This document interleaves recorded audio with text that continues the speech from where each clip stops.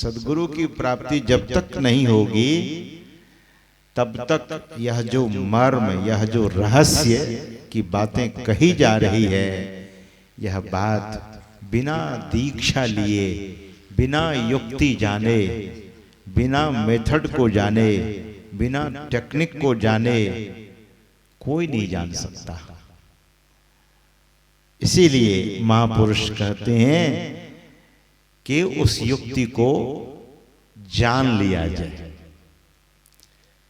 सज्जनों, सत्संग योग से हम आप पाठ सुन रहे थे।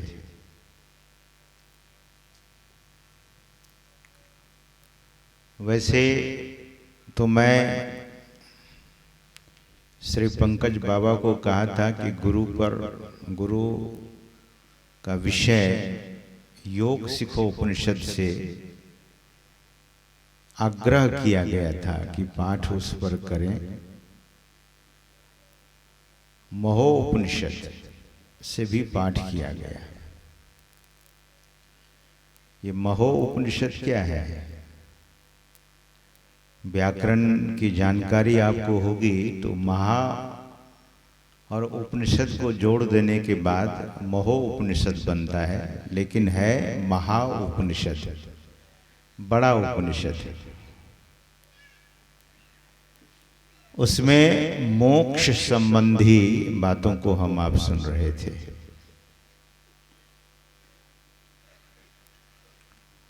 मोक्ष द्वारः द्वारपालः चत्वारः परिकीर्तिताः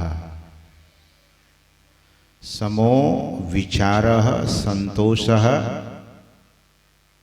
चतुर्थः साधु संगमः।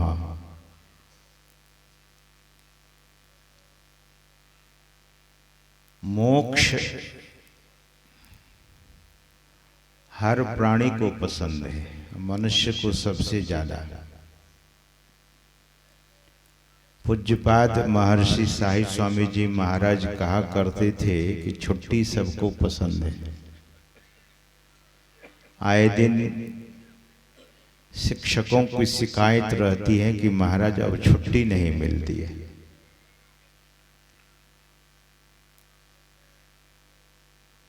तो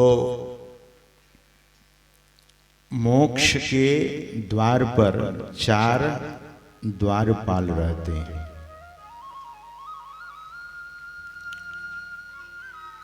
सज्जनों, 4 द्वारपाल।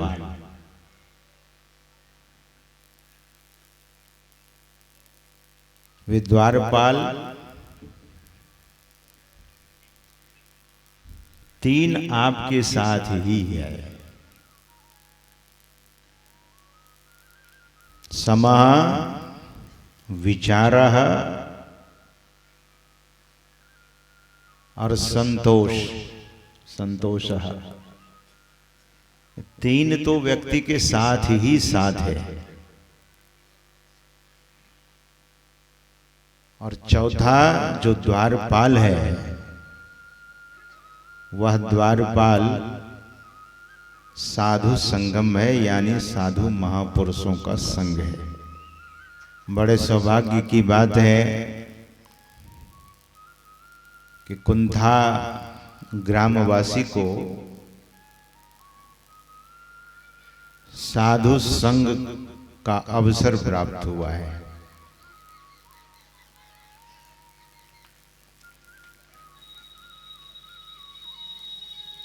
गोस्वामी जी कहते हैं कि जब परमात्मा की बहुत कृपा होती है, आहत की कृपा होती है, जब वे दयाद्र हो जाते हैं, जब वे आप पर विशेष कृपा करते हैं, तब साधु संत महापुरुषों का, साधु संतों का, महापुरुषों का संग की प्राप्ति होती है।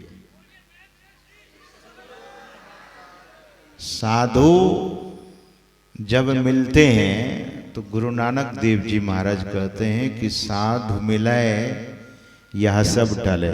क्या सब टलता है? जब साधु महापुरुष मिलते हैं साधु संतों का दर्शन होता है तो गुरु नानक देव जी महाराज कहते हैं कि यह सब टले। क्या सब टलता है? काल जाल जम चोट।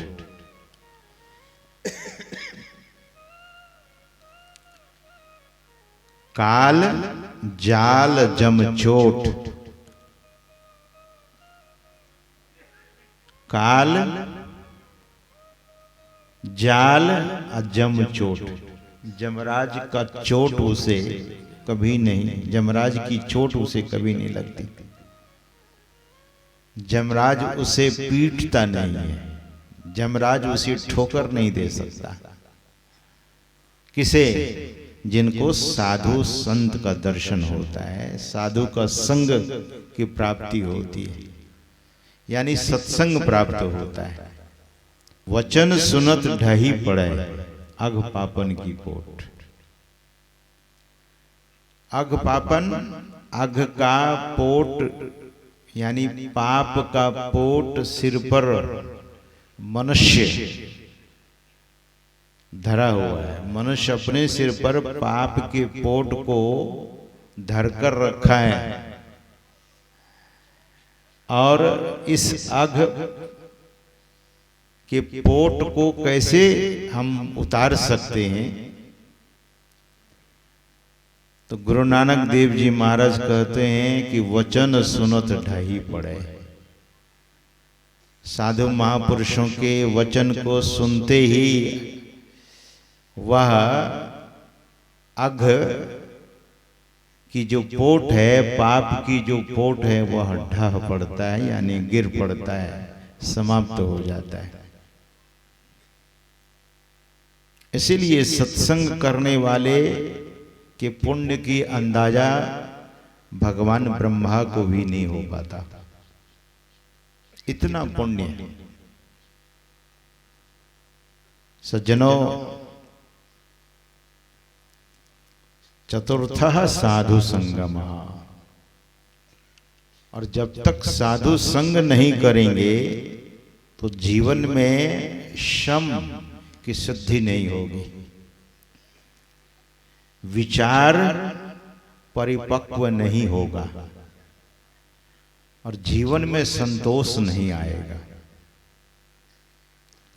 ये मोक्ष के 4 द्वारपाल हैं। विषय आज गुरु की महिमा है।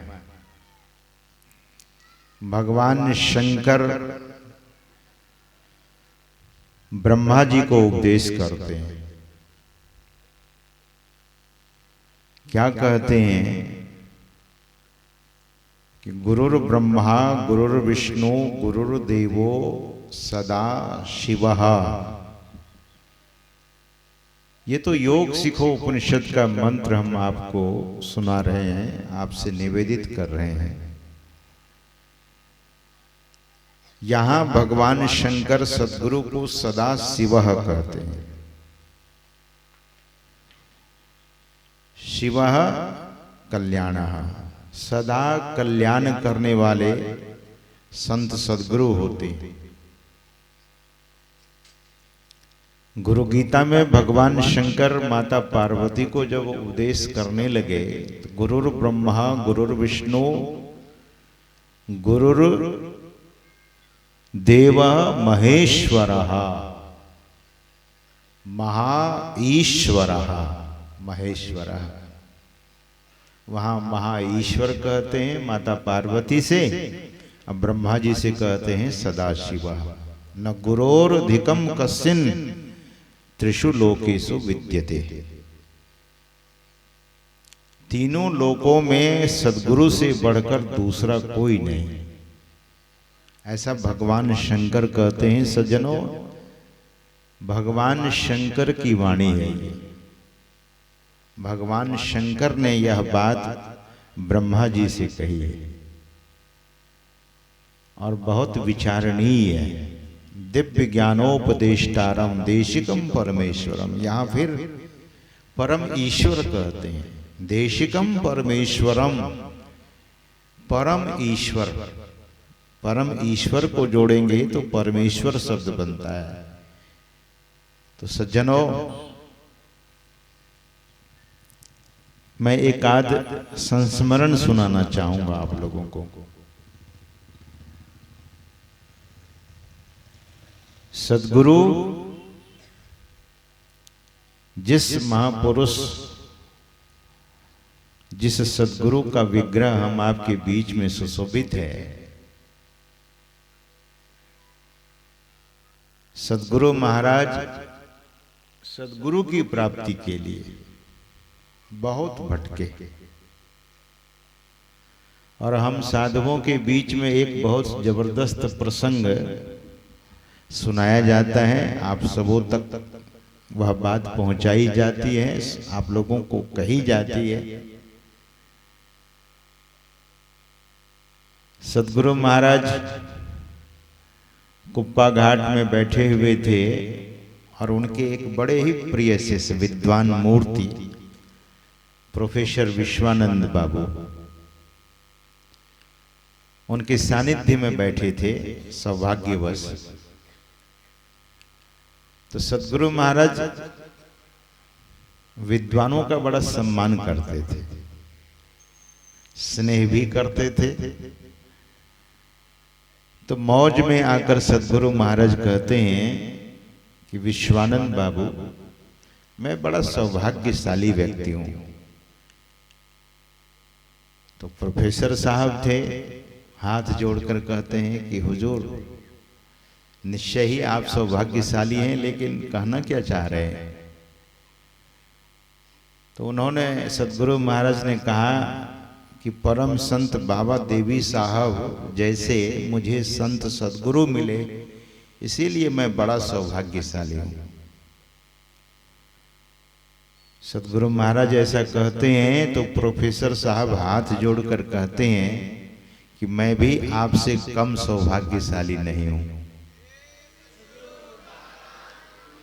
कहते हैं कि मैं भी आपसे कम सौभाग्यशाली नहीं हूं। सद्गुरु महाराज पूछते हैं कि आप कैसे हुए?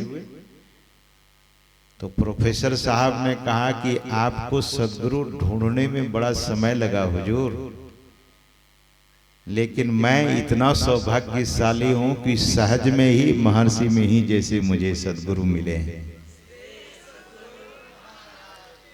सहज में ही, मुझे इतना खोजना नहीं पड़ा, इतना ढूंढना नहीं पड़ा, इतना परिश्रम करना नहीं पड़ा, सहज में मिले। सद्गुरु महाराज बड़े भावुक हो गए उनके समर्पित शब्द को सुनकर। जहां कोई कपट नहीं था शब्द में, बड़ी सरलता थी, बड़ा समर्पण था। सज्जनों, गुरु शब्द की व्याख्या गुकारस तय तम, महापुरुष कहते हैं कि गु रिप्रेजेंट करता है किसको? अंधकार को। रुकारस तन निवर्तक, तम निवर्तक, ये रू क्या करता है? अंधकार को दूर करता है। सद्गुरु महाराज के वचन में वे कहते हैं कि जब तक सद्गुरु की कृपा नहीं होती है, उनकी वाणी में आहो भाई हो गुरु आश्रित हो,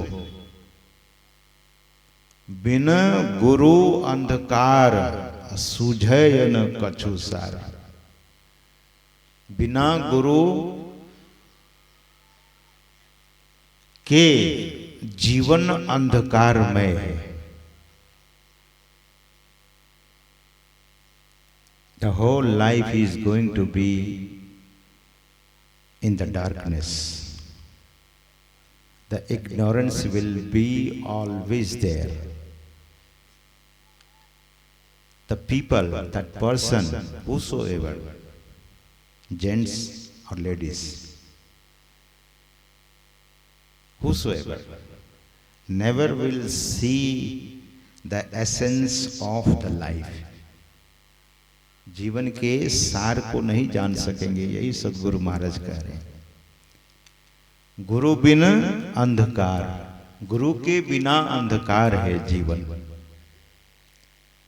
सूझे या न कछु सार, that person is not going to see the essential theme of the life.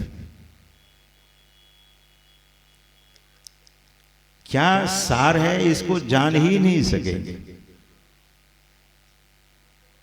तो क्या करना चाहिए? सदगुरु महाराज कहते हैं कि हो गुरु आश्रित हो। इसलिए मनुष्य को चाहिए कि गुरु के चरण कमल का आश्रय ले, गुरु चरणाश्रित हो जाए। सज्जनों, यह जीव कहां है? तो श्रुति भगवती कहती है कि जीव जागृत में नेत्र में है। जागृतम नेत्रस्थम, जागृत अवस्था में यह जीव नेत्र में है, आंख में है। किस आंख में? बाईं में, दाहिनी में, किस आंख में? परमात्मा ने हम सबों को 3 आंखें देने की कृपा की है। 3 आंख, 2 आंख व्यक्त है, प्रकट है, और तीसरी आंख अव्यक्त है। 2 eyes we have, we are seeing the world. संसार को हम आप देखते हैं 2 आंख से। ये 2 आंख परमात्मा ने दिया है हम आपको जगत का व्यवहार करने के लिए, जगत को देखने के लिए, संसार को देखने के लिए, और निश्चय ही साधु संतों का दर्शन के लिए। परमात्मा का विग्रह, परमात्मा का विग्रह कौन है? सत्य पुरुष की आरसी, संतन की ही देह। लखा जो चाहो अलख को, इनमें लखी ले, संत कबीर साहब कहते। तो 2 आंख बाहर के रूप वस्तु को, रूप विषय को देखने के लिए। निश्चय ही जो लोग विद्वान हैं, जो लोग समझदार हैं, जो लोग सुजन और सज्जन हैं, वे लोग इस आंख से, इस आंख की सफलता, इस आंख से साधु संतों का दर्शन कर लेते हैं। कभी कभी लोग कहते हैं महाराज हम भगवान का भी दर्शन कर लेते हैं इस आंख से। कहां? तो भगवान के मंदिर में भगवान का दर्शन कर लेते हैं। निश्चय ही भगवान के मंदिर में भगवान की मूर्ति वहां स्थापित की गई है।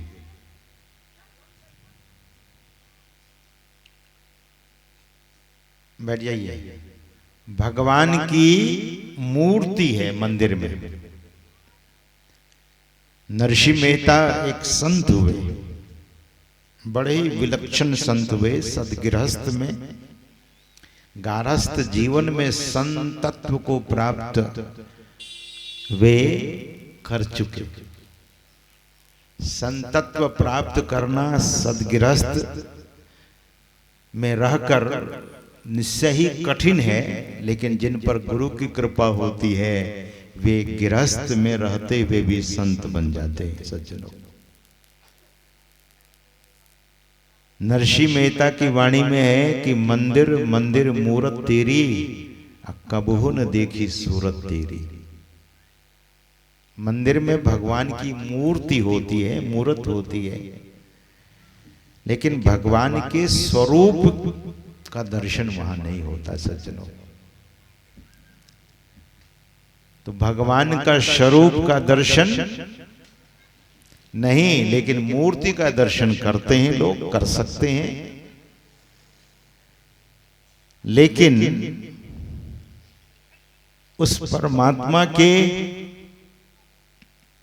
अगर चलते फिरते हुए मूर्ति का दर्शन करना है तो वे साधु संत होते हैं, सत्पुरुष की आरसी। तो मैं निवेदन कर रहा था कि 2 आंखें दी गई है और तीसरी आंख भी हम सबों के पास है, जो अव्यक्त रूप में है। उसको व्यक्त किया जाता है कैसे?